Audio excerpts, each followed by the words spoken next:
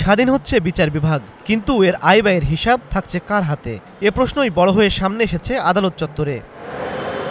১৯৯৪ সাল বিচার বিভাগকে নির্বাহী বিভাগ থেকে পৃথক করতে রিট আবেদন করেছিলেন মাজদার হোসেন। পরে ১৯৯৯ সালে এর আলোকে ১২ দফার নির্দেশনা সহ আসে রায়। এই মুহূর্তে যেটা বিচারক এর নবম দফায় সুপ্রিম কোর্টের বাজেট সংক্রান্ত এখতিয়ার ছিল প্রধান বিচারপতির হাতে। তবে এর ২০ বছর পরেও আলোর মুখ দেখেনি সেই নির্দেশনা। সদিচ্ছার অভাবে অ্যাপিলেট ডিভিশনে রায় হওয়ার পরও টিল টুডে এগুলা ইমপ্লিমেন্ট হচ্ছে না। কেন আজকে রায় হওয়ার এত বছর পরও কেন বলতে হবে যে বিচারকদের এটা লাগবে ওটা লাগবে? একটা কলম কিনতে হলো কেন আমরাকে ধর্ণা দিতে হবে? ৫ আগস্টের পর গঠন হয় বিচার বিভাগ সংস্কার কমিশন।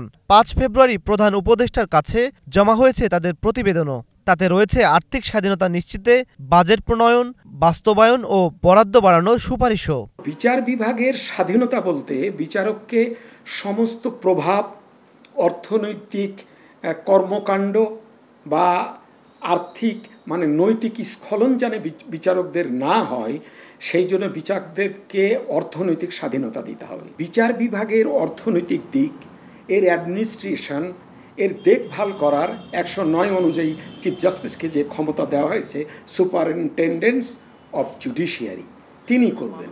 অভিভাষণে আর্থিক স্বাধীনতার বিষয়ে গুরুত্ব দিয়ে মাজদার হোসেন মামলার রায়ের পূর্ণ বাস্তবায়ন চেয়েছেন প্রধান বিচারপতিও।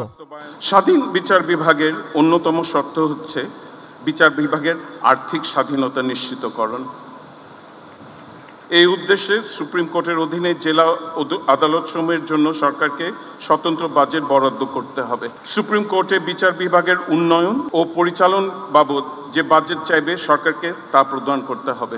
সুপ্রিম কোর্ট সচিবালয় অধ্যাদেশের খসড়ায় বাজেট বরাদ্দ ও ব্যয় নির্বাহের ক্ষমতা প্রধান বিচারপতির হাতে রাখা হলেও ১৮টি পর্যবেক্ষণ সহ সেটি পাঠানো হয়েছে আইন মন্ত্রণালয়ের কাছে। চাওয়া হবে অর্থ মন্ত্রণালয়ের সিদ্ধান্তও। বিচার বিভাগের স্বাধীনতা আসলে অজস্র কৌটিল্যে বাধাগ্রস্ত, এবং এই জটিলতা এবং কুটিলতার একটা অন্যতম অংশ বোধ হয় বিচার বিভাগের অর্থনৈতিক পরাধীনতা। এদিকে গত ২৫ বছরের তথ্য বলছে মোট বাজেটের ১% অনেক কম বরাদ্দ বিচার বিভাগের জন্য। এতে বাধাগ্রস্ত হচ্ছে উন্নয়ন। আমার এখন ৫০ জন জজ রিটায়ার করছে বা ১০০ জজ রিটায়ার করে গেছে, কোন দিন তো যায় আমার এখন বাজেট দেবে, বলি না এখন তো এত বাজেট নেই, কারণ বাজেট তো ওর হাতে। আর এই বাজেটে যদি আমাদের সুপ্রিম কোর্ট সচিবালয়ে দেওয়া হয়, তাহলে বলে ১০০ জজ রিটায়ার করে গেছে, তাহলে তো ওদের ফিল আপ করতে হবে, সঙ্গে সঙ্গে এখান থেকে নোটিফিকেশন করবে, জুডিশিয়াল সার্ভিস কমিশনের মাধ্যমে তাদের পরীক্ষা হবে, নিয়োগ দিয়ে দিবে। আর যদি এটা ওদের কাছে থাকে তাহলে ওদের জনপ্রশাসন মন্ত্রণালয়ে যাবে, ওদের অর্থ মন্ত্রণালয়ে যাবে, তারপরে এটা ক্যাবিনেটে যাবে, তারপরে একনেক আছে সেখানে যাবে, সেই পার হয়ে আস্তে আস্তে জনগণ তো সাফার করতেছে না, সে তো বিচার পাচ্ছে না, কোর্টগুলো তো খালি।